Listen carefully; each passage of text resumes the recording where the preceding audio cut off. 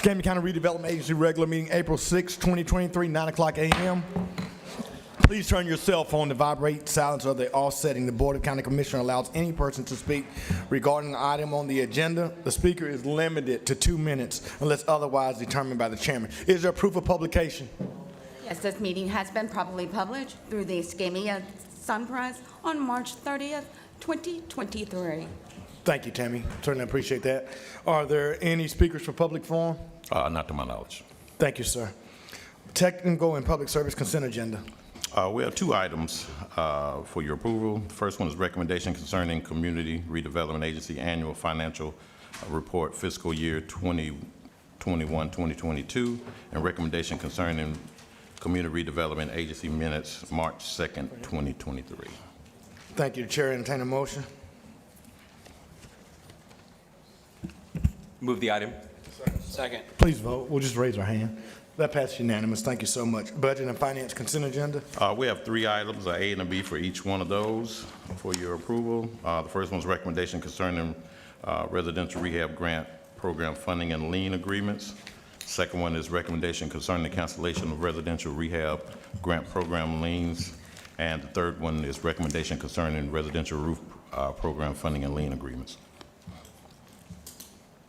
Any questions? If not, the chair entertain a motion. We have a motion. Second. Please vote.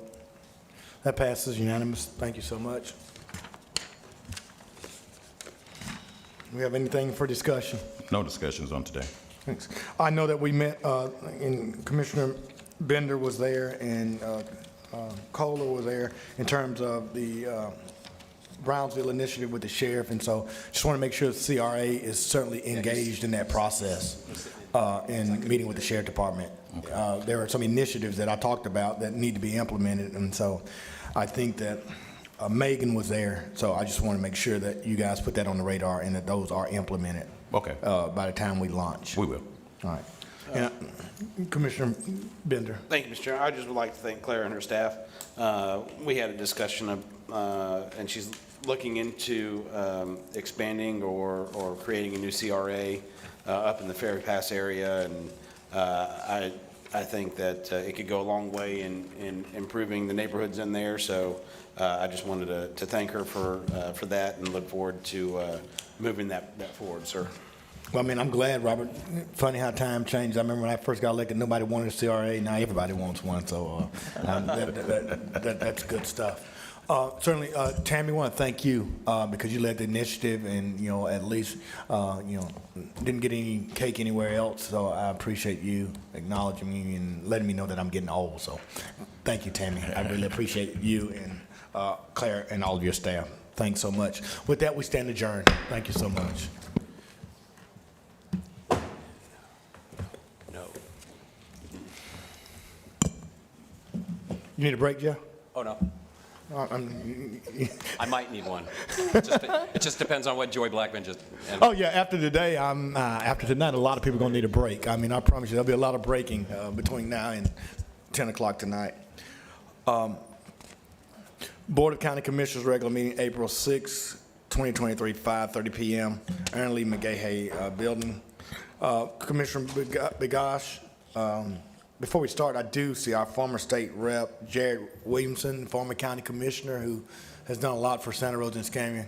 Commissioner, state rep, good to see you. Thank you for being here. The invocation will be from Commissioner Bigosh. Who would like to do the pledge? Commissioner Berry, would you do the pledge?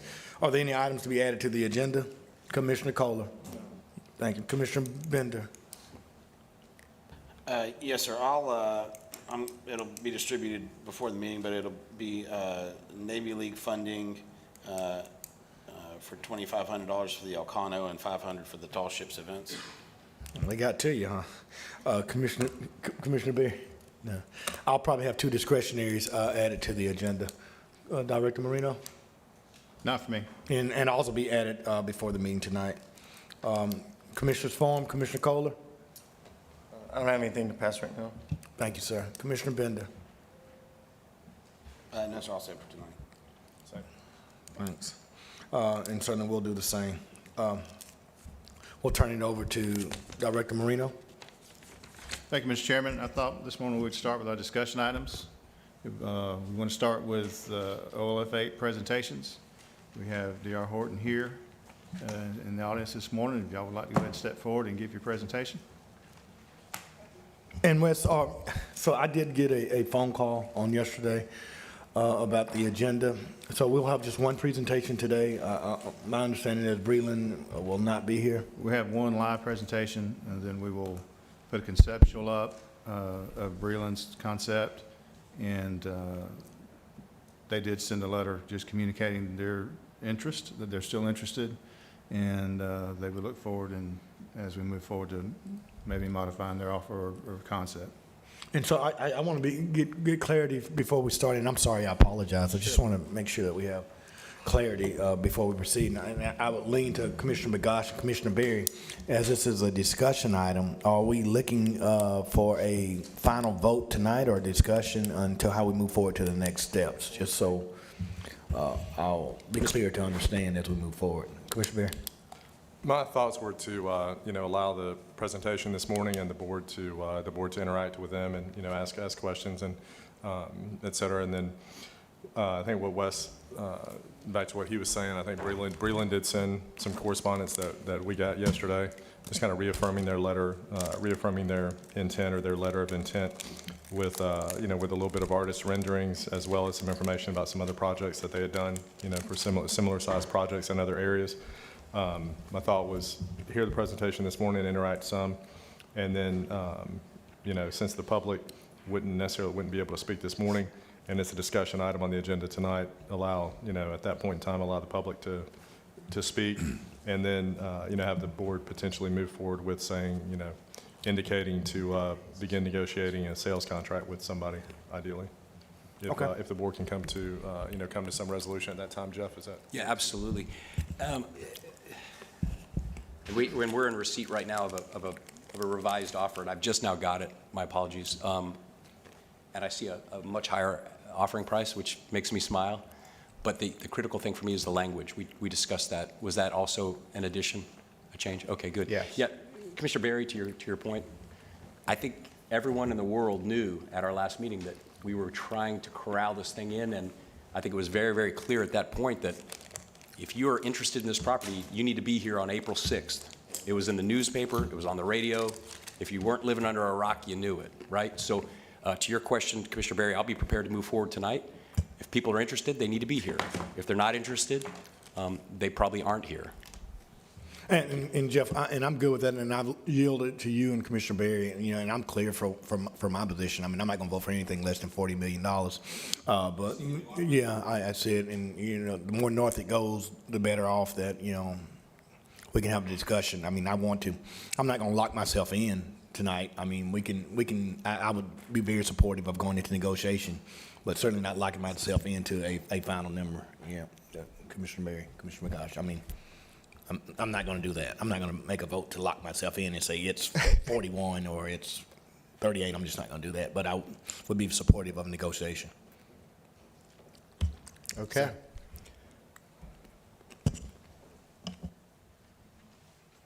All right, well, good morning. Thank you all for the opportunity to be here today. My name is Will Barrios. I'm with Sterling Properties, and on behalf of Sterling and D.R. Horton, we are happy to be here to present our vision for the OLF 8 site. A little background on Sterling and kind of our process and a couple representative projects that we've, very transformational projects that we've been involved in since 1975. And then we will get with our vision for the OLF 8 site. So Sterling is a 48-year-old company. We've got about 150 employees and brokers that cover all different various lines of the commercial real estate. We were founded as a retail development, and over the last 48 years, we've gotten into office, industrial, medical, multifamily. We've got 8 offices throughout the Gulf South, and one of which is here in Pensacola. We've been here since 2015. We were involved with the redevelopment of the SCI building. with Mr. Studer and his team. We've also involved with Chad Henderson on the East Garden District and Rangeley Station. We acquired Santa Rosa Commons in Pace, which is a Publix Target anchored center 4 years ago. All in, we've got about $2.7 billion in development and about 22 million square feet of property that we've developed. We're long-term holders of real estate, and we've got a team that's, professional in all different aspects of the lines. We do site selection, entitlements, design, construction, master planning, financing, lease negotiation. These are all in-house services that we offer. Couple projects that were very transformational in the communities that they serve. One of which is, and I'll go through two of these, and then I've got another property, and then we'll get into the master plan. So this is in Slidell, Louisiana, Fremont Town Center, 360-acre development. Got 2 interstate interchanges. We've got a town center with retail anchors, and then we've got kind of a multifamily component to it. We've got a distribution facility with Amazon that anchors the industrial component. We've got a couple hotels and residential as well. So when we look at these projects that we get into, you kind of see the idea behind the master plan. It's sectored in industrial and single-family residential, hospitality, retail, office. This is an aerial photograph of Phase 1, anchored by Dillard's, TJ Maxx, Kohl's, Michael's, PetSmart. And Phase 2 will be kicking off within the next 120 days. And that project, you can see all the different sit-down restaurants. These are the guys who we interact with. We've got a lot of these tenants throughout the entire portfolio. When we sit down, we have portfolio meetings where we've got numerous Target anchored properties, and those are our friends. Those are our buddies. Those are the guys we serve on boards with on a national level. This is another transformational project in Covington, Louisiana.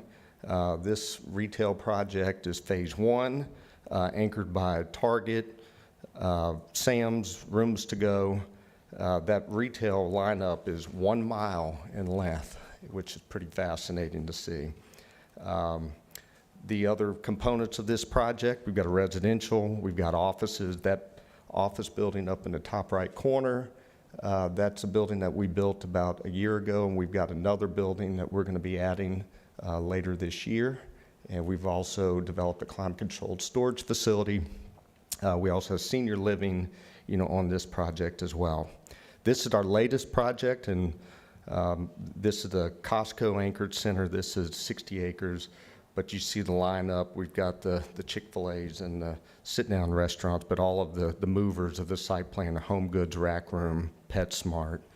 So when we get into, the OLF8 site, we've had numerous discussions with the management team over at Navy Federal going back to 4 or 5 years. We've been watching this project, and we look at this project in a way that it's conducive to the employees, but also to the community as well. So we've got to figure out how to link the two. In keeping with the spirit of the master plan, the importance is, the roadway system, but also connectivity to I-10. And so, while it's incumbent upon us as the developer, there's also a trade-off as well. I mean, the interstate interchange is important. The widening of Beulah Road, the north-south road on the west side of the project, as well as Frank Reeder Road, which parallels West 9 Mile on the north end of the site.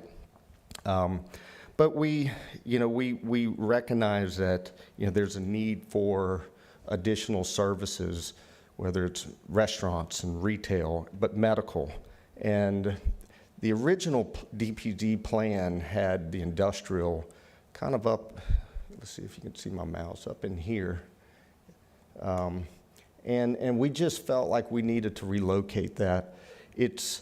the last thing you need is a bunch of, people walking over from Navy Federal or the rec center wanting to have a beer after a softball game, and you got 18-wheelers driving up and down the main boulevard. So we felt the need to relocate that up to the top left corner. And with the new interchange and the widening of Frank Reeder Road, it's 1 mile from the exit to the first building. And we give them a nice little buffer up in that top left corner. Coming back down to the highway frontage, you've got an assortment of sit-down restaurants, and multi-tenant buildings as an entertainment, fitness component as a grocery.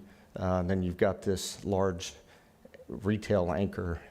As you transition over to the west end of the property, there's medical and smaller medical for your primary care physicians. And then we've got this larger Class A office park arrangement. But, when we're out there talking about sites like this, we can get the audience. We've got the relationships. We're in the quote-unquote fraternity. But we're really, it's incumbent upon, the drivers of these type of projects. While we don't know exactly who they will be today, we do need to show that, the residential growth, we need to be able to tell the compelling story. We've got an anchor in Navy Federal. We've got an anchor, with all of the existing, but, we need to densify the site with the residential. And with that, Sterling looks at this as a partnership with D.R. Horton and, the team who's got the horsepower to pull this off is a good marriage. This project will be led by residential. Now, not to say that, we don't, we can't start to populate some of the areas on the out parcels, but really we need to be able to go to Las Vegas and New York and these conferences and be able to tell the story about Beulah. So, with that, I've got Joe Everson here, land manager for D.R. Horton, to talk about the residential.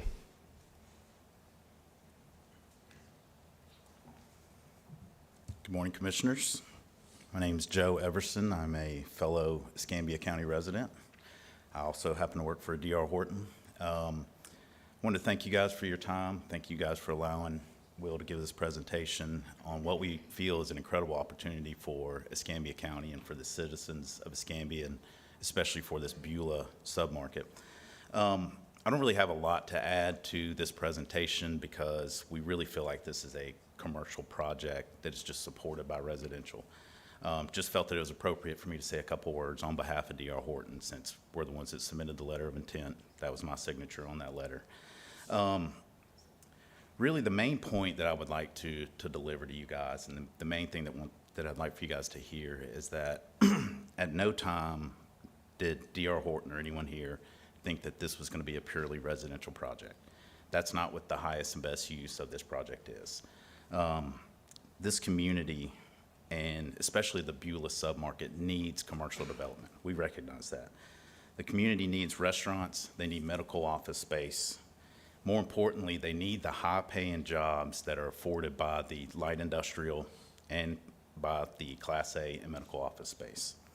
The reality of the situation is for this project to be successful, there needs to be some sort of a residential component. Now, there can be debate on how big of a residential component and what that looks like, but I'll just remind you guys that any changes or anything that moves forward, we have to get a development order through the county. So anything that is proposed has to be approved by you guys. So that brings me back to the point that there is going to be a residential component that's going to be necessary. There needs to be residential to attract the restaurants and the retail that the citizens are looking for. There also needs to be a residential component that will actually help Escambia County. It'll help Florida West. It'll help Sterling to attract these larger, high-paying, job-producing companies to this site, perhaps similar to something like Navy Fed. And so we really feel like this is a true live, work, and play environment, and the live part of that environment we would like to be a part of. And so, as of today, what we're looking for is just a seat at the table with you guys. We know that there's a lot of different moving parts with the negotiations, and all we'd like is an opportunity to sit down and negotiate this transaction with you guys. So with that, just wanted to kind of, I guess, open up the floor. If you guys have questions for Sterling or for myself, happy to answer. Why don't we just start with Commissioner Bagash and just work our way down toward this end of the dais? Commissioner Bagash, then Kohler, then Bender, and then Berry. Fantastic, and thank you for being here with your presentation, with your team. You know, one of the things that I've been concerned about is, you know, the language in your initial offer. I see your latest offer from just today, and I appreciate the tweaks to the language. Certainly appreciate the higher offering price. I think that's really important. And I will just say this, full disclosure, you know, from the beginning, I felt like the Breland offer was probably stronger, even though the price was that they were offering was less. But the fact that they're not here today is very surprising to me. Sure. But the bottom line is there's a lot going on in the economy, a lot going on in the country, in the world. Interest rates are still going up, inflation's going up. I wanted to really pick someone to go with last month, and in deference to my counterparts who wanted to hold back, you know, we set April 6th as the date. This was the date. A number of offers called, a lot of people emailed, texted, people from Kansas City, famous athletes. But today was the day, because money talks, and we know what else walks, right? I see one group here in the audience, so I appreciate you being here. Like I told you face-to-face yesterday, I don't like residential on this plot. I never wanted any of it. I understand the rationale. I understand why DPZ also made the same argument that you needed some residential, so that's why we settled on the compromise of the master plan with the assistance of Commissioner Bender, who helped negotiate that, to his credit.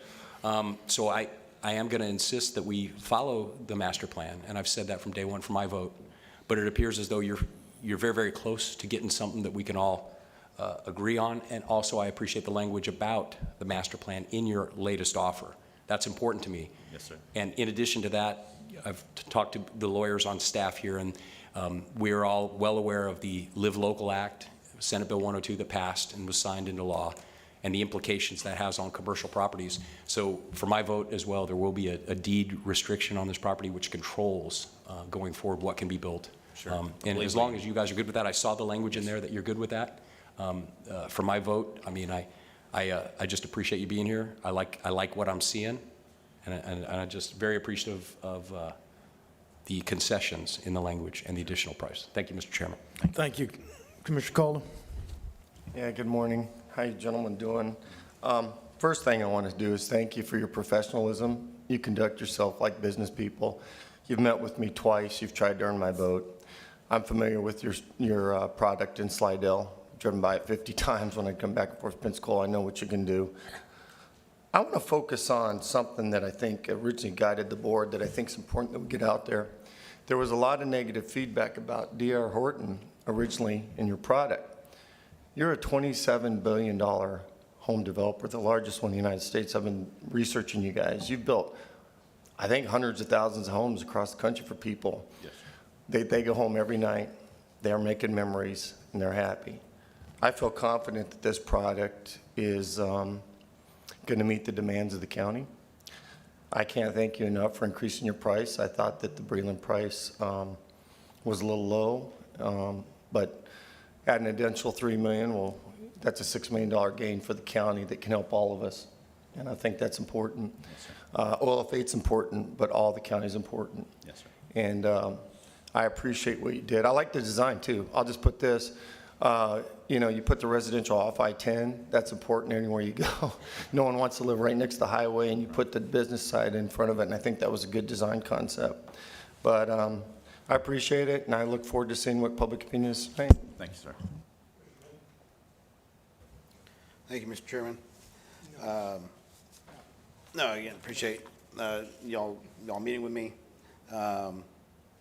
You know, I mean, Jeff, I think I've sat up here 4 years and heard your disdain with residential going on out here. But I know we had to have some, and that's how we bred the hybrid plan. And I think, you know, if we've heard from the residents of Beulah that, you know, they want some amenities, they don't want more residential. You know, and so, you know, again, I would like to acknowledge the effort put into having a community area, town center, with the retail and the office space, and again, I know there's going to be some residential out here. You know, I think, one, we're probably pretty fortunate that we're getting to have this conversation today as opposed to a month ago or a year ago, in that we do know what the laws of Florida are now. And so I think, you know, I may be in the minority on this, but if the bidder's willing to negotiate, I would not be in favor of selling the entire parcel, so that we would retain control over what we want to develop as commercial, and then we can sell it off. We have it in the plan that at a later time, we can send it back to residential, and I'm sure we could have in there that they could have a right of refusal or something like that. But, you know, even with the deed restrictions, we don't know how that's going to go. And I think if we put deed restrictions on, we would take away the ability to send it back to residential at some point in the future. So, you know, I would be happy to have, you know, even some more mixed use further to the south to make up for some of that residential. I understand that it may be easier said than done, but I'm trying to say that I would support that density there, Okay. if it made sense for you all. But you know, this started off as an industrial. We knew that changed with the times, and we did it. I'd say probably the hardest thing working for us is that really only about half of our frontage here can be used. Right. And so that really limits our retail side. But you know, to have some amenities for the community, and again, I thought was important. That was something that the community wanted. So you know, I'd be willing to start some negotiations, but I probably wouldn't vote on a specific number or anything today. But if we wanted to say we wanted to start with a firm, I'd be okay with that. Thank you. Yeah, and I think that's the goal tonight, is just to say that we want to begin discussions with somebody, because the numbers are going to be, you know, the numbers are going to be moving, especially. And Robert, I tend to agree with what you're talking about based on what's going on. I think that we probably end up, you know, whether it's, you know, 85 acres, 100 acres, whatever that number is for the light industrial, wherever it goes, whatever we're going to try to develop for economic development. It seems like the way the winds of Tallahassee have blown, that we need to keep control of what we're going to try to put on the ground for economic development. I haven't been, you know, a fan of residential on the property since the first time that we discussed trying to execute a deed transfer with the Navy. When we were talking about what our goals were, you know, 8 or 9 years ago for the property, it was never built around residential. For my discussion, I don't think Commissioner May ever, you know, discussed that either. That was not the intent. As time has gone on, I've come to understand, it appears, you know, not just based on conversations with these folks or with Breland, but, you know, based on conversations with you know, with a dozen developers, apparently the residential opens up, you know, some portion of residential on the property opens up the other for solid development, apparently. So I guess that's going to be a part of it. And I am, you know, I do like, as the conversations have gone on, you know, I've had some with these folks over the last couple of months, that from an original conversation, you know, there's less and less residential being proposed there. So that's good. I think they're listening. I think they're, you know, listening to the board. I think, you know, as little residential as can make the rest of the project work is what I like to see. You know, I appreciate they've listened to, you know, not just conversations with me, but I think they've listened to the conversations that the board has had. And, you know, it appears that, you know, based on just a couple of meetings with Sterling, you know, they've brought somebody on board that, to partner with that can, you know, can put butts in seats as far as with the, to the parcels. So I think that's a good thing. It's, you know, I think it's a much better proposal than what might have gotten sketched, you know, a month ago or 6 weeks ago, so. Thank you, Commissioner Berry, and I certainly concur with, you know, 85% of what you guys have said. And so, and probably this is not directed at D.R. Horton, probably more to my colleagues. This is probably the largest public work project that we're going to do as we sit on this board. It was conceived long before any of us probably ever thought about running for office. Probably was the number one priority when Commissioner Berry and I ran from NAIOP, Jim Cronley, and all of our local developers. The reality of it is, the reason I believe we got to get it right, and I'm not, you know, opposed to moving forward.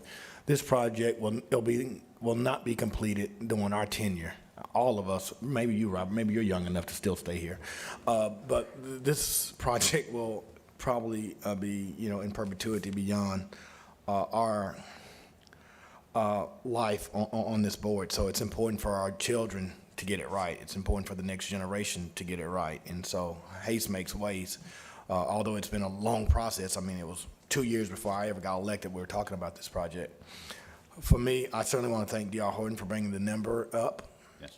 I hope that it can go up just a little higher. I mean, my magical number, as I've said that to Breland and to you, was what I got from our local developers, was somewhere between 42 and 44 with commitments, and I know we got to go in negotiation, and so I've not wavered from what I've said to both parties where I was going to vote, and you know, that's where I am going to vote. I mean, I'm sure $1 off is not much, but that's probably where I'm going to stand. yes, sir.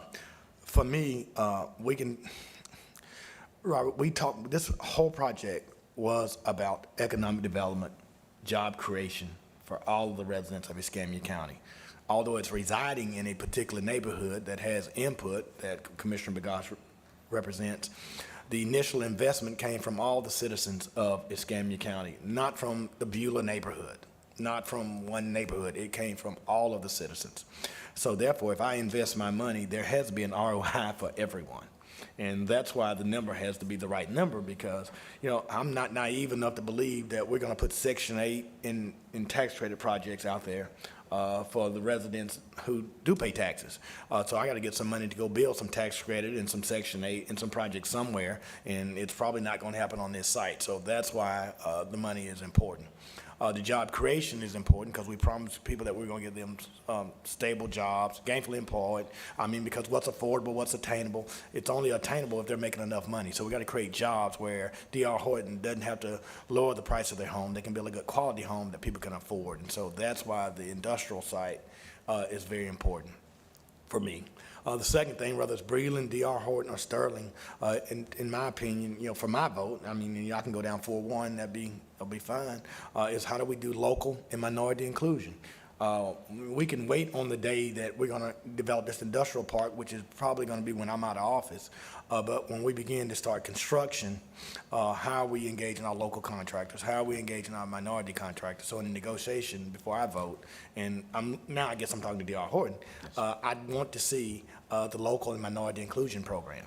I mean, because that's going to be, just like Navy Federal, just like the jail, those are, you know, maybe 5-10-year construction projects where people can, you know, learn skills, learn sets. Small companies can build capacity, small framers, small site workers. I mean, they can all build that capacity. So that's important for me. I mean, the dollars are important, but the investment in capital, meaning your investment in the workforce for them, is very important to me. Okay. And so I'm not opposed to negotiations from staff. Robert, I just don't want any negotiations to happen without final decisions, you know, being here at this board. And so that's kind of me. Those are my things. To you, I mean, I don't know if you want to answer any of them. I mean, those are my two questions. It's the, and we had that, thank you for the meeting. I don't think I've changed since we met, because I think that, in my opinion, it's always in good in theory with developers that we could, we would, we can, we may. Sure.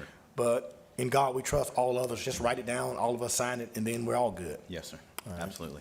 And everything that was brought up, happy to discuss with you guys during the negotiations, especially the, minority inclusion and the using local contractors. I mean, we're a local company, been here for over a decade. We use all local contractors. We have a few consultants in other places that contribute, but as far as all the, labor that takes place on our job sites, it's, I can't quote the number, but it's an overwhelming majority of local contractors. So definitely would entertain putting any of that into terms of a contract. So anything that you guys want to contribute, all we're looking for is a seat at the table to negotiate with you guys. So definitely open to anything you guys are saying. Well, we appreciate it. Thank you. I mean, and if you do want to put some Section 8, we need to move some people. Habitat's looking for some land, so if y'all want to Okay. include that, I think it would be great. Commissioner? I would just say, I think you brought up some good points, Commissioner May. And I think that, I think how long did we spend on the master plan? A year and a half, 2 years? I mean, that was just going through that process. And, I, again, appreciate the increased offer. But at the same time, I think we are looking for a partner because in terms of benefit for Escambia County, it's not just the sale of this property that is going to benefit the county. So, I'm not looking to make a quick buck.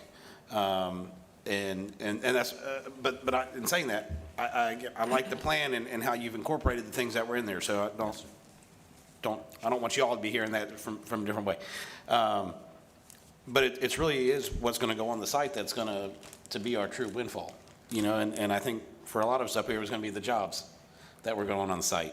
And, listen, I would love to get 20% of a sale price, and I think we all have projects in our districts that we want to tackle and need to tackle, and I'd love to put it towards a parking garage on the beach. I mean, it's again, that could be transformational, but I think when we get down to negotiating and things like that, a few $1 million here or there isn't going to be the big win for us. It's going to be what ultimately comes on the site and the amenities and the community impact that it has.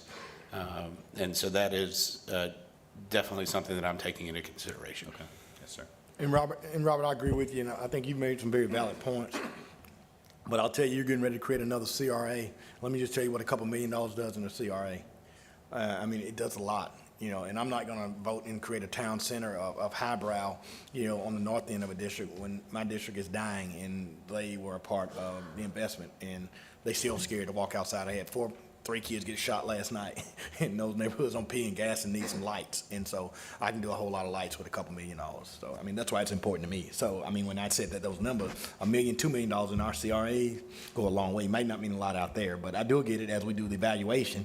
Ad valorem, taxes, job creation. See, I get it. I mean, and so I think in the negotiations, we got to have those type of analysis to look at, the direct financial impact. But the instant gratification, there is some value in that for me. I mean, I'm not speaking for anybody else, but there is some instant gratification for me. Commissioner Bagash. And there's tremendous instant gratification for the entire county if we do the deal as it is. Remember, as it sits right now, we're all in at $15 million for that property. With this new offer, I mean, we're $26 million to the good, right? Yes, sir. I mean, is that right? Yeah.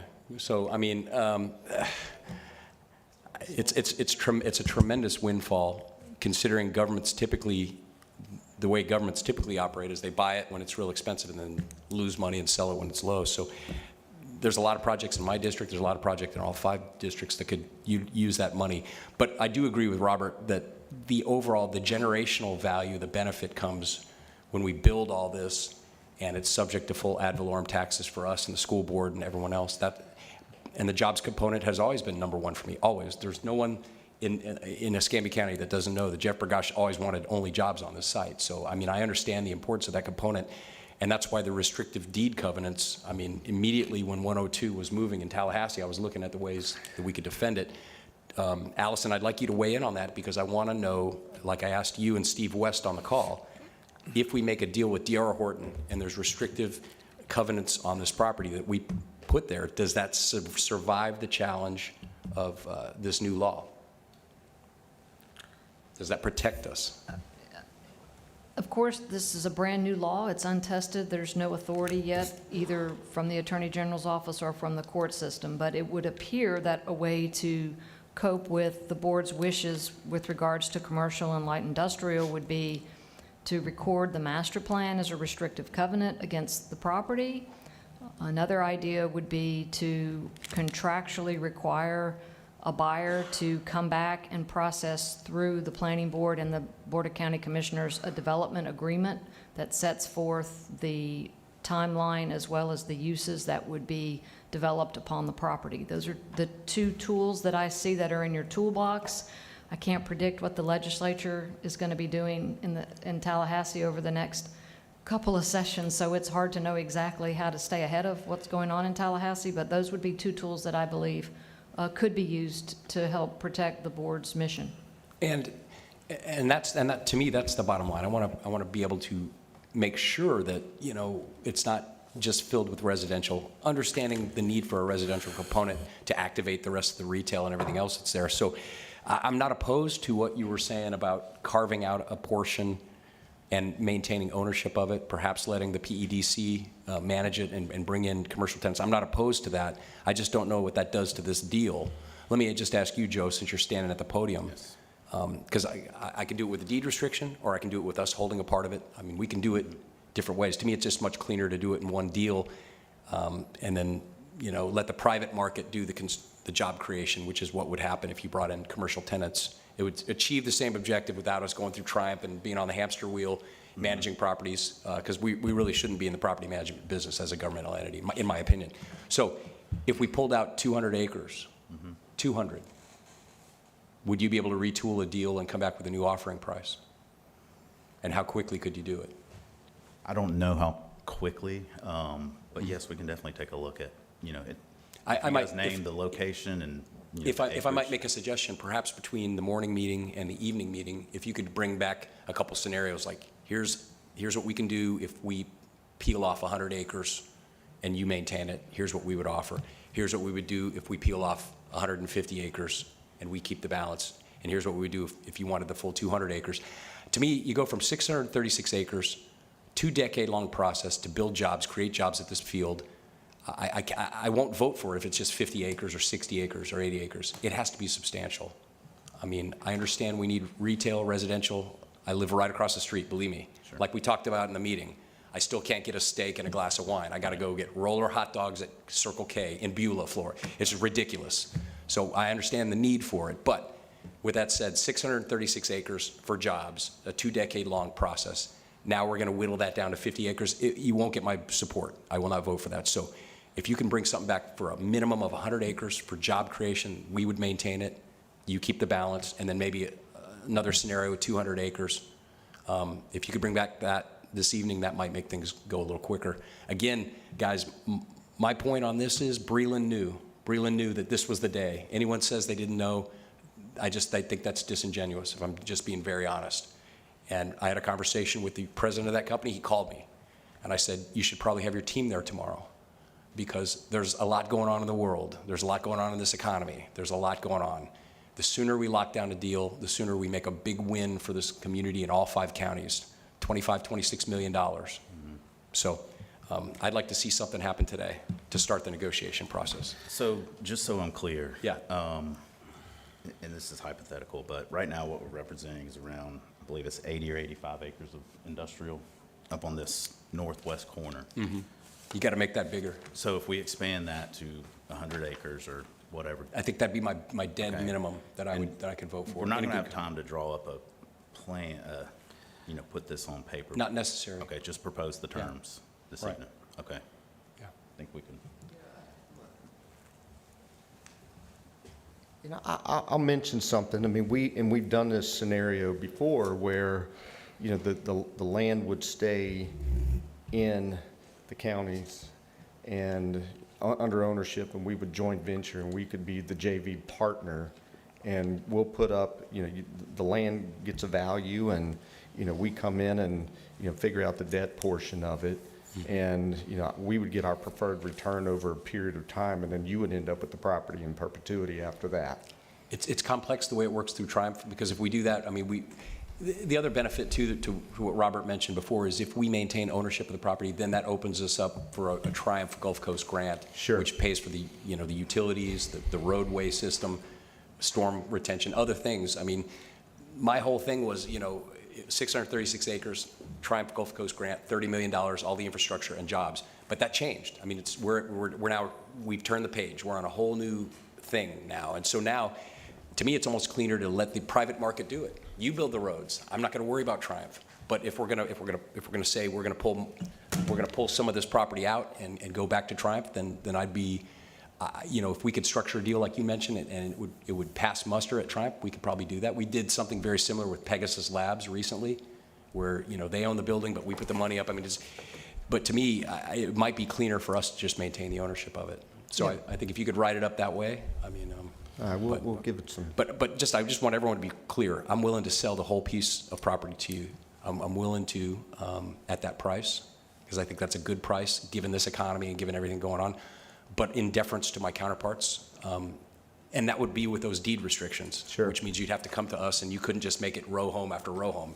You wouldn't be allowed to do that. But the other way around, there's more than one way to get to where we need to be, and the other way around that would be if we held the property back. So, I'm just one of 5 votes, so we'll see what happens. But I wanted my position to be crystal clear on that. Okay. Thank you. And Commissioner, I'm certainly open-minded to anything that, any feedback or any, conversation that they're able to get together during the day-to-day. But, on some level, some of that is going to be, if we were to move forward with them, just in the negotiating, I mean, this, if we were to move forward, negotiating a contract with them, I mean, there's going to be a lot of terms that are going to be kind of up in the air. I mean, we haven't even gotten into expectations for the time frame to, closing time frame for actually closing the property, how we're going to handle, earnest money going hard during that time frame. These are things that are very important that, are as important to making sure we've got a partner that intends to put product on the ground and not just tie the property up. These are terms that are very, very important to ensuring that that's what the intent is. Not just not a speculative partner, but a partner that's ready to put capital on the ground. So I mean, I'm open-minded to what they have to say, but also it's whether it's 100 acres or 150 acres, whatever the number is, there's, even starting today, there's still going to be a lot of stuff to be worked out over the next few weeks, to try to get a sales agreement that incorporates what the intent of the board is, as well as through the attorney's office, making sure we've got a strong legal position, but while also communicating and getting on black and white paper exactly what the intent of the board is, which I think is something that's going to be, not challenging, but it's going to be something for Allison and Wes to manage the wants and, wishes of 5 of us to try to get into that sales contract, what the majority of the board wants, so. Robert. Thank you, Mr. Stephen, I say I'm probably tracking closer to you. I mean, I'm not expecting them to come up with another offer today on what we've just discussed. I mean, I think for me, I'd be more of, are you still interested if,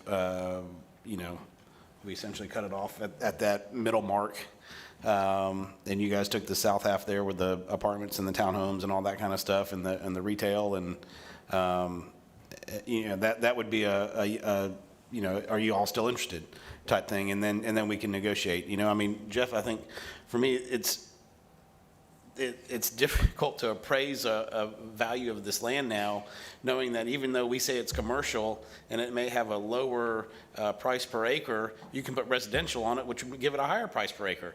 So how do we, how do we value that? And so, and again, I mean, we have a commercial, industrial entity out there that's interested in some acreage. I don't think they care if it's, where it was originally designed to be, where, this B is right here, right now, or if it was further up to the north. But, I mean, I know they're interested in, 50, 60 acres, and talking with them that they'd be interested in more. So, I mean, we already have an entity that's, maybe already wants 100 acres. And so that's a pretty good start, I think. So, I don't think we're necessarily shooting ourselves in the foot if we do retain it and then go negotiate another deal with someone who is ready to develop it industrially. So for me, I don't need an answer and a number tonight, but I would, I would just need a yes or if we go that route, we're out. But so thank you. And Robert, I mean, we have a design, we have a concept, and you're right, there's no way to work those details out. Candidly, we are a policy board, and, we make policy, we set vision, we set goals, and I think we have a plan. I think we lay out the goals, so I kind of agree with you guys. We're not going to be able to negotiate that today. I can say, the $17, $18 million that we spent on the conversion of this property, if it would have been in the private sector with a private developer, we probably would have spent $5 or $6 million. I mean, and that's just the truth. And so, a lock is for an honest person. I mean, a thief is going to break in anyway. But what we really, in my opinion, we got to find a company that we trust, whether it's Breland, whether it's Sterling, whether it's D.R. Horton. And then we have to put the experts on our side of the table as a part of the negotiation with our staff. We have some very able people who are in this development world that understand this development world, which is very complex. And we can say whatever we want to say about Tallahassee. It's not stable. There's no stability in Tallahassee. It changes from session to session. They don't know. I mean, it doesn't matter. I mean, just whatever they pick. So who knows what's going to happen this session or next session. So we can't anticipate what's going to happen in Tallahassee because we can't. I mean, all we can, in my opinion, is get the best value for the citizens, be the best stewards that we can possibly be. In my opinion, recognizing that this is a public works project in terms of all of Escambia County, not just one particular neighborhood, and get into negotiations, and no one can sign the deal until it comes back to this board, but we're going to have to allow for somebody to go in and negotiate the deal. And we're not going to do it in a public meeting. We're not going to do it, in an hour in an agenda review, nor are we going to do it tonight. You can't even do a closing on a house, in an hour. And we're about to try to do a closing in an hour or 2 hours in a debate on and it's going to beat ROI in 10, 15 years is $1 billion. I mean, you can take any actuary or any valuation and you can tell that's what's going to be the impact. So we have to take that. And Jeff, I'm supporting you with getting it off first base. I'm ready to go. But we got to bring the experts in. We can't make those mistakes. Too many times we've just, haste makes waste, and we pushed it forward. I mean, it's been a 25-year project. And I think that there's some expertise, Jeff, that are there that are attached to this property, have knowledge of this property, that are not engaged in this conversation. I mean, we give Florida West over $500,000 a year to do this very thing. You and Stephen sit on PEDC. That's what you're tasked to do. We're tasked as a policy board to make a decision. And for me, I would be, in my opinion, I would not be a good steward of tax dollars to make a complete decision just based on this concept without a deep dive and without expert advice to me. Commissioner Kohler? Yeah, Will, I can see your nonverbals. I could tell you're nervous. I'll listen to the board here. And it's obvious to me that government's not good at this. Anything that takes 25 years, we're not good at it. We're just not. We have no business as the county being in property management. I was on the health authority. We cut the deal for Baptist Hospital within 2 months, $700 million project. Thank God we didn't have to come in front of this board. I could tell you, I think your good faith efforts are real. I agree that all the nitty-gritty will be designed later in the contract. We're not going to do that today, but please stick with us. I'm with you. At least you got me on your side. Mike, you had me till I realized that you've been working in government all your life, man. I mean, but the reality of it is, and Mike, and I want for clarification just because you made that statement. The reality to negotiate a deal between the federal government, the Navy, the Department of Defense, the state of Florida, and local municipalities with many, many private homeowners took a lot of work. And, and that's why I always salute Jim Cromley for what he did, because you're right. The government could have never done that. It took the private side. So at this point, we had a lot of private injection on getting us to this point. Let's not escape the value of that private side who understand the development world and who have, great insight and great input. So let's not ignore their advice. Robert?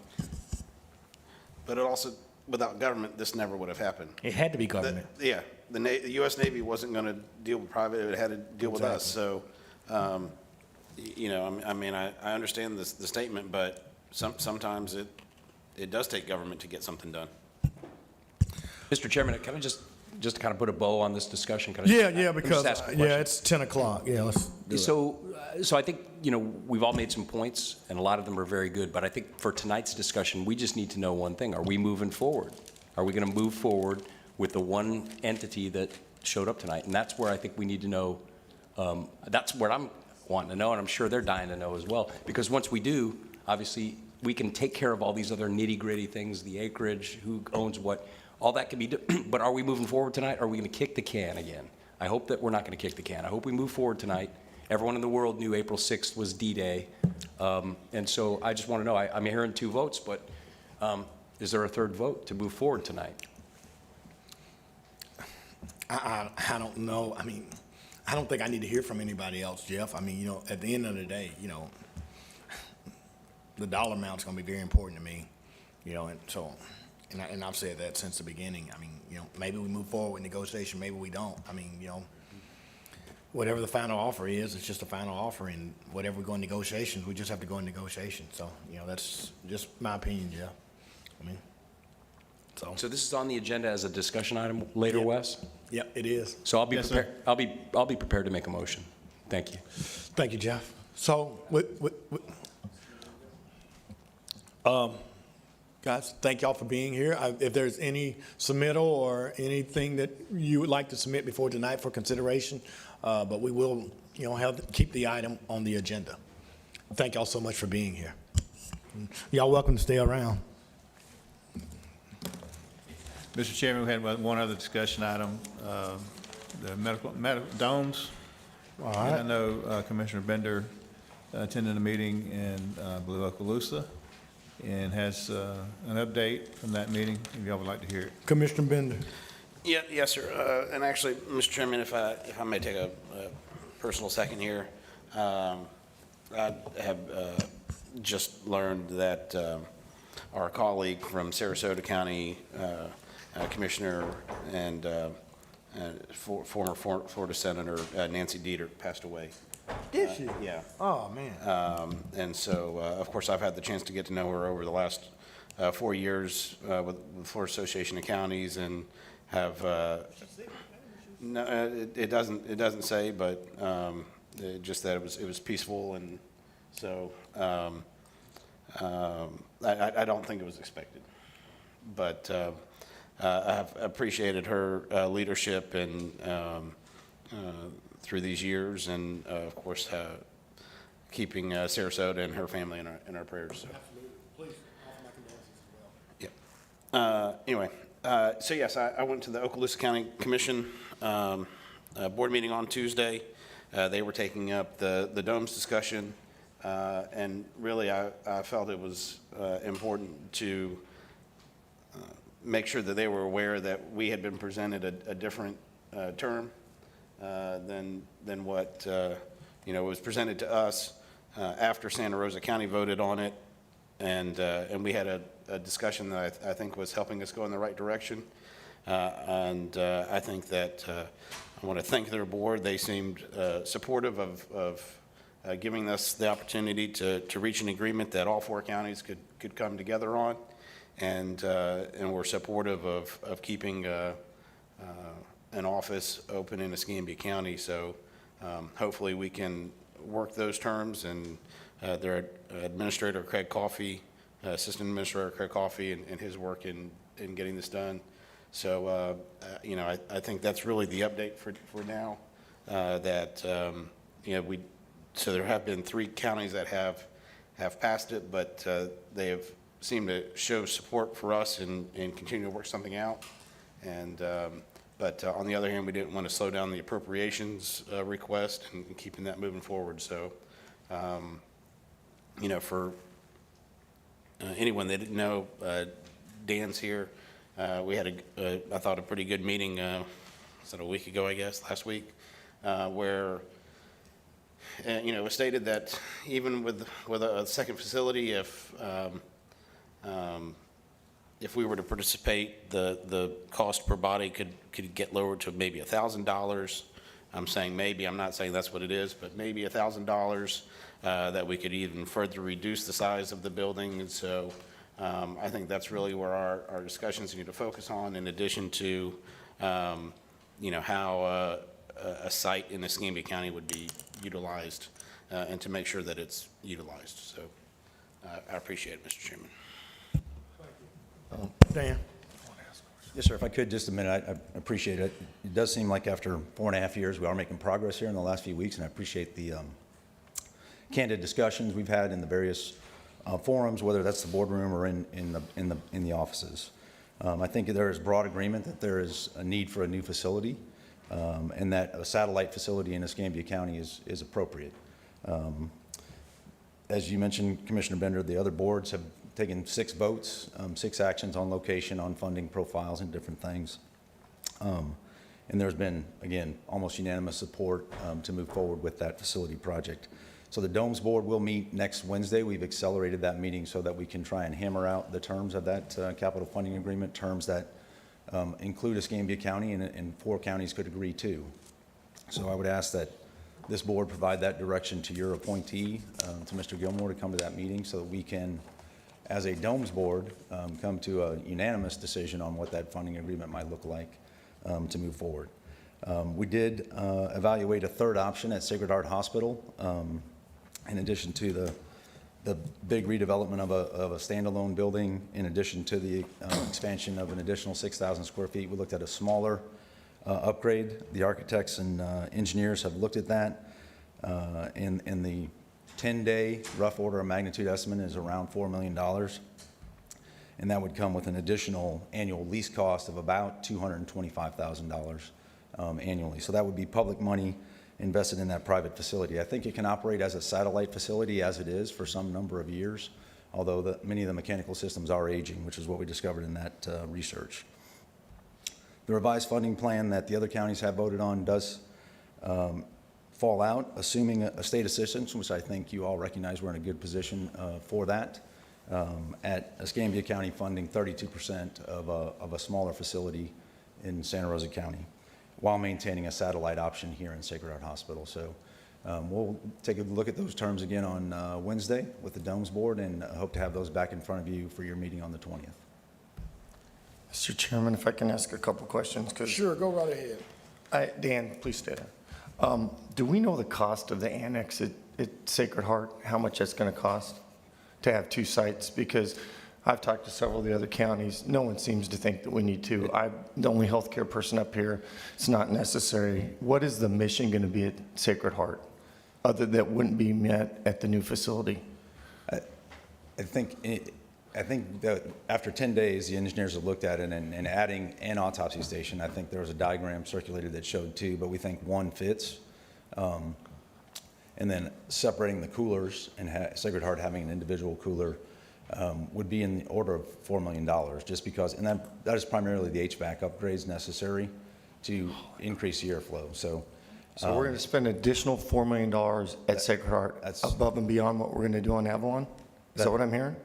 That's not the recommendation, sir. That's just the estimate based upon that latest potential option at Sacred Heart. Do you guys support having an annex at Sacred Heart? I think having a satellite facility, we need to figure out what that looks like. It's been done in this district before. It's not ideal. It's not efficient. It introduces potential for errors.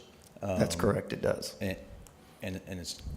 But it's something that is manageable, although not the best option. Thank you. Commissioner Berry?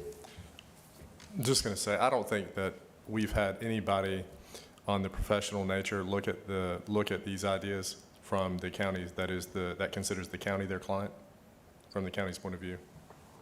That's an issue. Dan, I know you're aware that I think that's an issue, and I believe that's an issue to our board.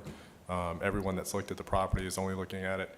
They consider the Domes board, even though Domes is funded by all the counties, they consider that entity their client, not us. So I don't think that anything has been looked at as far as what's in the county's best interest, what's, the responsibility to our taxpayers. I don't think that point of view has been given a professional look yet.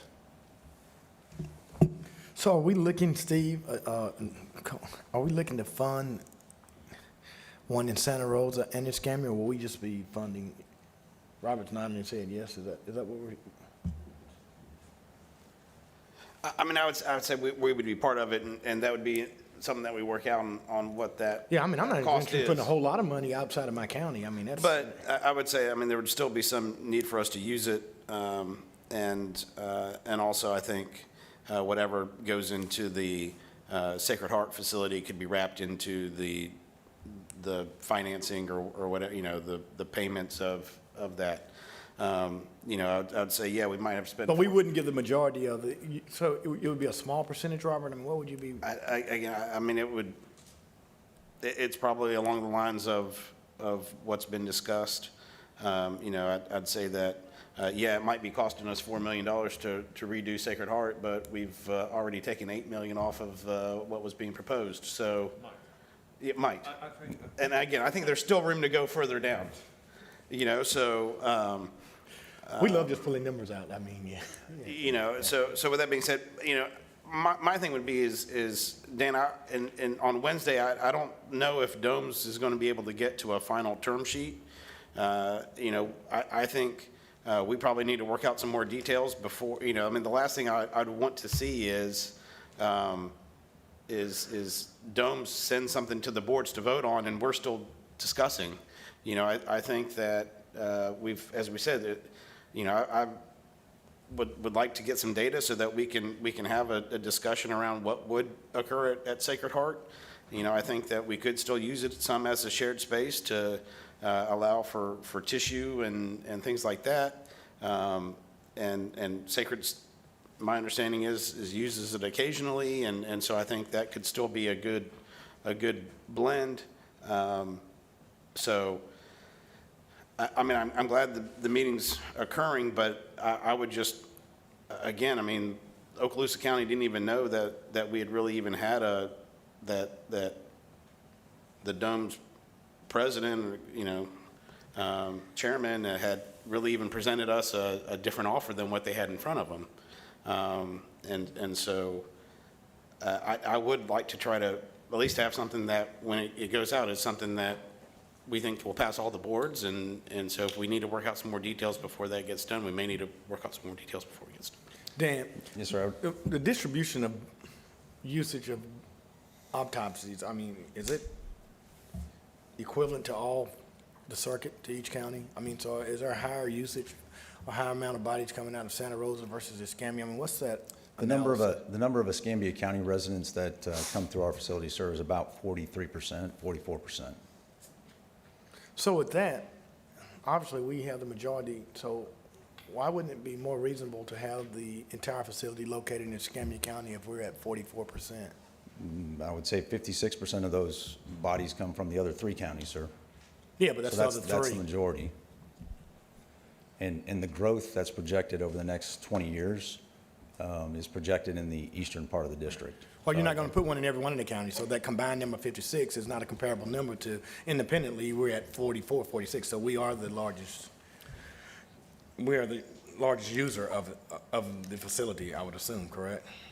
Percentage-wise, yes, of the individual counties. Yeah, okay.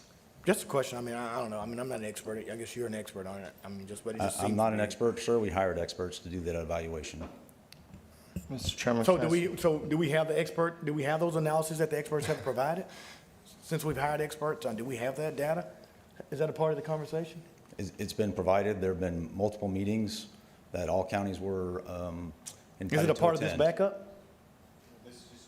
Oh, yeah, all right. Well, can we just have that as a part of the backup, whatever expert opinions they have? Can you provide that to us, Dan? You said it's been provided. Can you re-provide that for us? I will, sir. All right, thank you. Caller? Thanks, Mr. Chairman. So a couple things. Obviously, time to treat, if you show the data from Perdido Key or Bower Road, it's farther than where you're going to be on Avalon for living people to get if they're in some sort of trauma versus an autopsy. I've been involved in 8 autopsies in my life. This is something that's a controlled environment. I have a question on the domes. Are you because I don't think the other counties, I know Robert has worked this, but I don't believe they think they're funding Sacred Heart. I think they think they're funding what you put out, not 2 sites. I know that's been talked about. Are you putting out 2 COAs? One that's just the one site on Avalon and one with that on Avalon and the satellite at Sacred Heart? What the Domes Board has considered before was a single site, and that's why we're meeting next week, is to, as Commissioner Bender pointed out, the Domes chairman, an assistant county administrator in Okaloosa County, presented a different option to this board. I think, as I told Commissioner Bender when I met with him and the county attorney, that the terms that were presented, other counties have acted on, and this county has chosen not to at this point, to continue to negotiate. So, Dan, this for me is, we should play and do what the other 3 counties has done. The distance from our current 3 main hospitals, from where you're going to be, is closer than someone that lives out on Bower Road that would get in a trauma, any kind of trauma accident. You're still going to send all your labs to 29, right? All your your toxicology stuff goes to LabCorp, right? Is that where it's going? NMS. NMS, okay. So that won't change? No, sir. I guess what I need to know is what will happen at Sacred Heart that wouldn't happen at the new facility? Because I know from a business standpoint, the cost, and we never want to disrupt a team, you know, the huddle approach when you're dealing with healthcare. So this would do that, which is not a good thing to do. Doesn't mean you can't do it. Can, but don't want to. It's the same reason in the aviation community they have a manifesto checklist and why we don't have a lot of plane crashes, because we go through that process, and it's very common in the healthcare industry as well. I want to know what exactly is going to happen at Sacred Heart. I mean, are you going to do autopsies at 2 sites? I don't know what you're going to do there that you can't do at the main site 10 to 11 miles away. There is nothing that couldn't be done at the main site that would have to be done at Sacred Heart Hospital, sir. Would you Answer your staff question. both sites separately? There would, I mean, Escambia County is asking for a satellite facility in Sacred Heart, and I think the chief. How many FTs would be put there? I think it would be part-time. It would be depending on the number of cases, and what has been discussed is those cases that are in Sacred Heart Hospital that become medical examiner jurisdiction cases, you could save the transportation costs to the new facility. That might be a subset of the cases. But that's minute, and that's a flat fee, and we both know that. So I think that needs to be discussed so everyone up here understands that those are flat fees.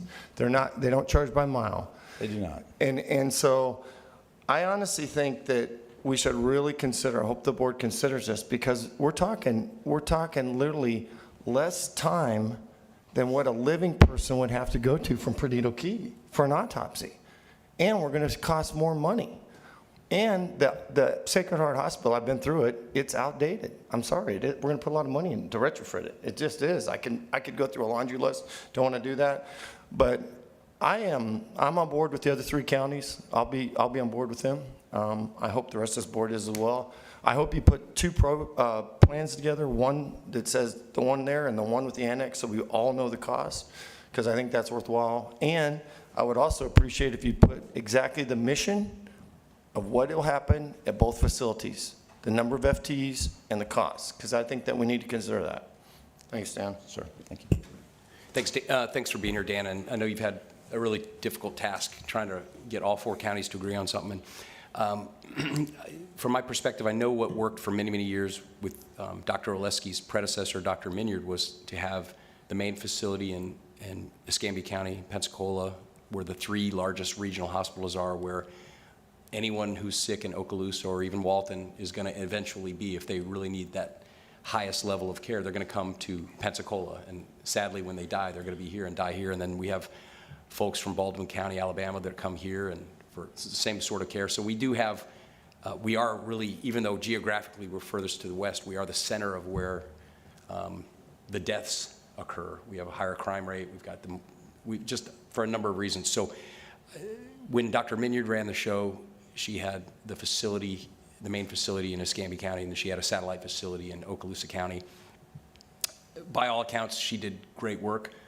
The issue came where she had some documents that she would not provide to us when we made a public records request, and subsequently we realized she was making close to $1 million, and it was ridiculous. And so the history is what the history is, but that doesn't speak to the model and the way it was run for the maximum efficiency. And I do believe that having the main facility in Escambia County makes sense, because this is where most of the death happens, right? So that's number one. And number two, I do believe for the other 46% or 54% or whatever the rest of the circuit is, to have something central to that circuit leads me to believe that Okaloosa County is the natural selection choice to be central in that county. Plus, of those 3 counties, Okaloosa County is the population center. So I'll support something that leaves the majority of the function here in Escambia County, because that's what makes the most sense. I know it's not something that Okaloosa, Walton, and Santa Rosa County commissioners want to hear. It's certainly something I know that you're not going to want to hear, but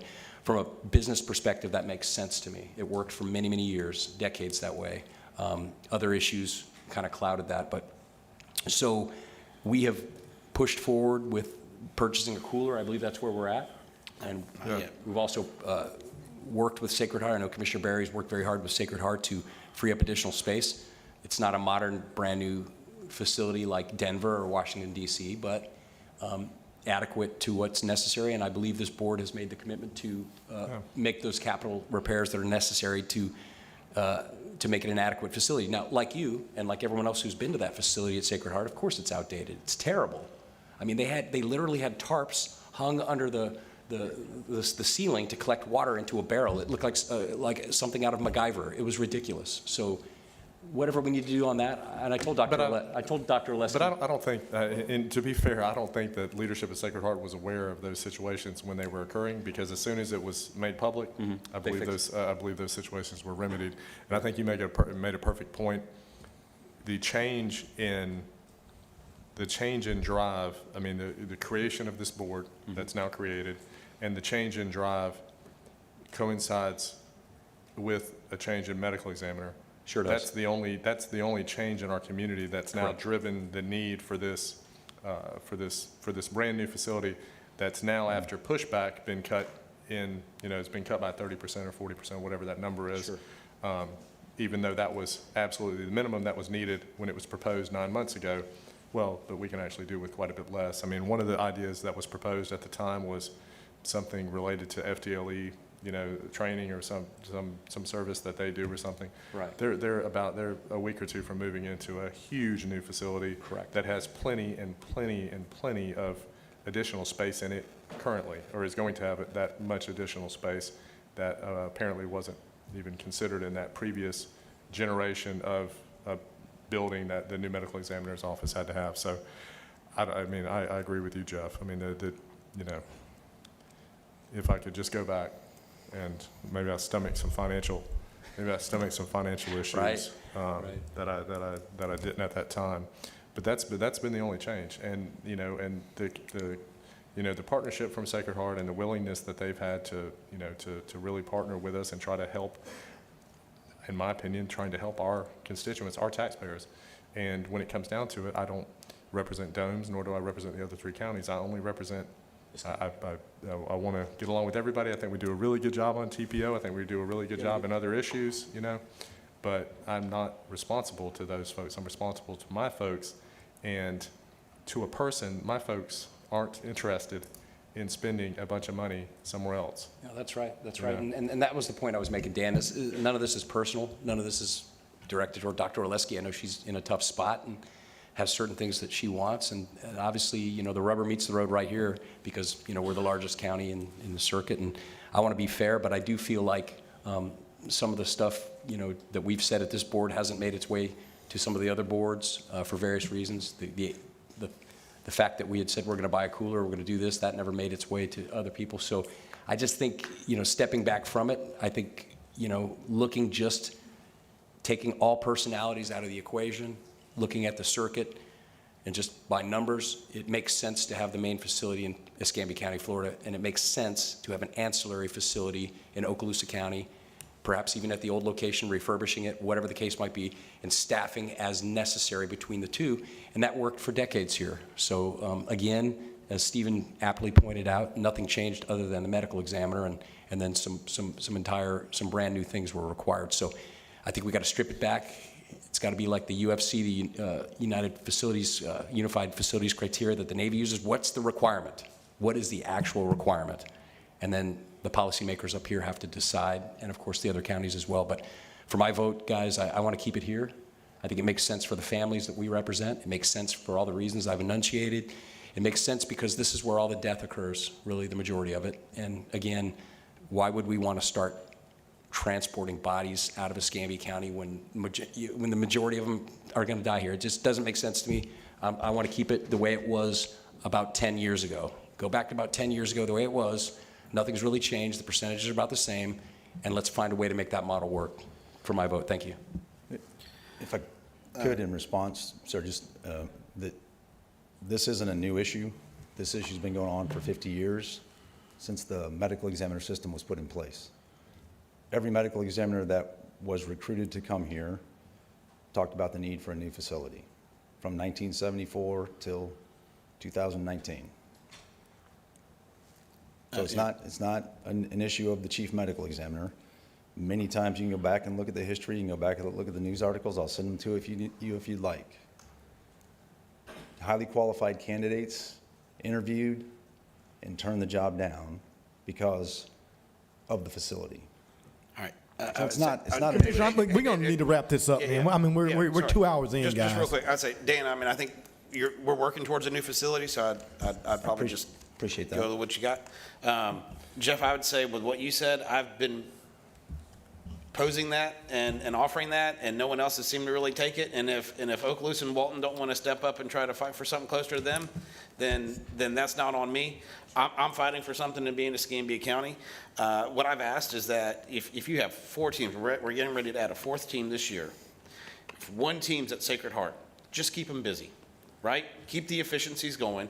If we have 42% and you've got 4 teams, I think you probably have enough to keep one team busy at Sacred Heart.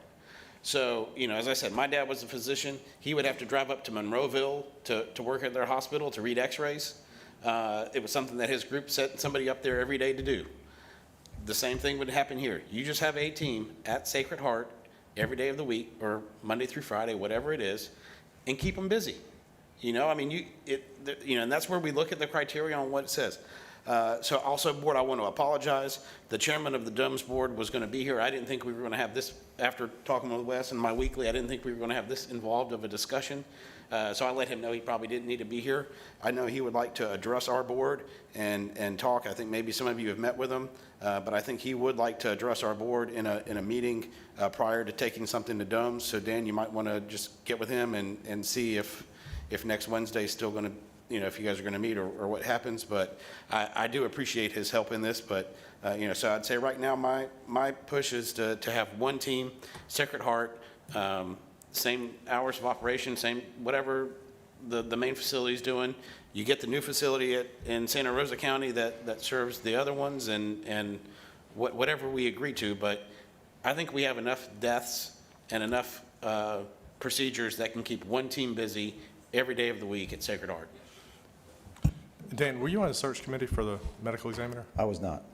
Okay, I've spoken to a couple of people that were, and I don't think the issue from multiple people that were on that search committee came down to not a new facility, it came down to a matter of several $1,000s, you know, not being able to meet some salary demands for a couple of them, and they weren't big gaps for salaries, but that wasn't my understanding. And I mean, you were administrator in St. Louis County for how many years? 3. Right. I mean, and so this was, if this goes back 50 years, so this was a hot button issue for you for your leadership period of time over there? In this instance, yes.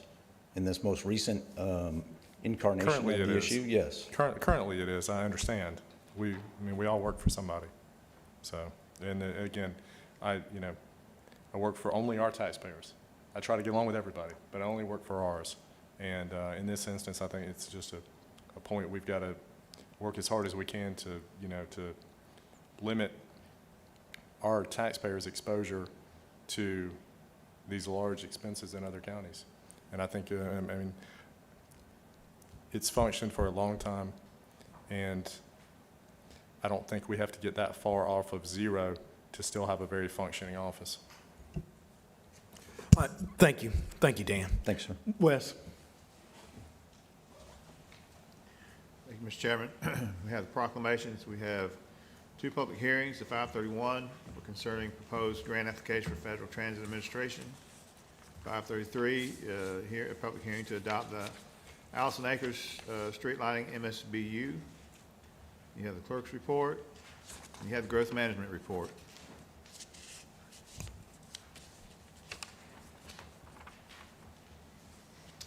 Morning, Commissioners.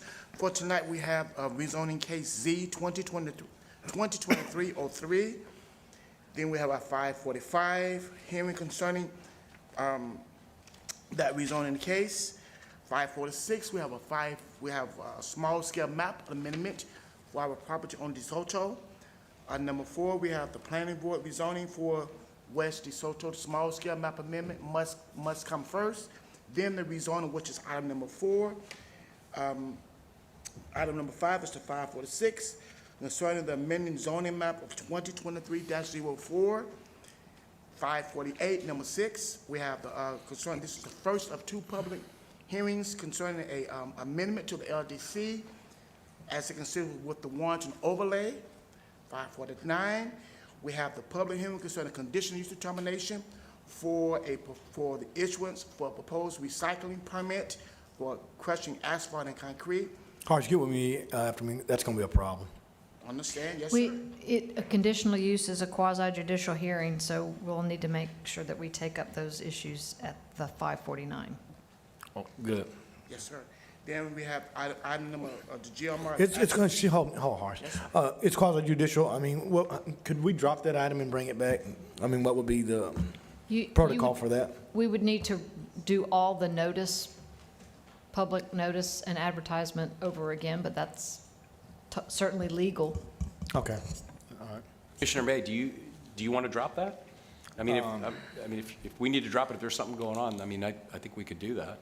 I think that probably so, but I think that even dropping it now, we're probably going to have a lot of people show up tonight. Okay, all right. So, I mean, probably after tonight, I mean, it may be. But yeah, that would probably be my preference, Commissioner Bagosh. But I think that, the citizens are going to be here, so I don't want to stop them from their opportunity to speak. Then we have the next item is an action item concerning recommendation for a final plat, Paisley Place. Then we have the consent agenda for April 20th and May 4th. All right, Mr. Chairman, there are 12 items on CAR 1. Are any of those 12 y'all would like to discuss this morning? If you want to discuss them, let's discuss them this morning so we can move forward tonight. So be it. Anybody got anything they want? No, let's go with. 27 items on CAR 2. Are any of those items would you like to hold and discuss this morning? Cart 26, I think I need to make a statement on. If it's an 80.1. So you need to hold 6? 26, 26. Hold it tonight? please. Okay. Wes, we had discussed earlier, the multi-use path, that's staying on the agenda. We're moving forward. We're moving forward as of right now, yes. Thank you. What number is that, Jeff? It's number 5. Then you've already had your discussion items taken care of.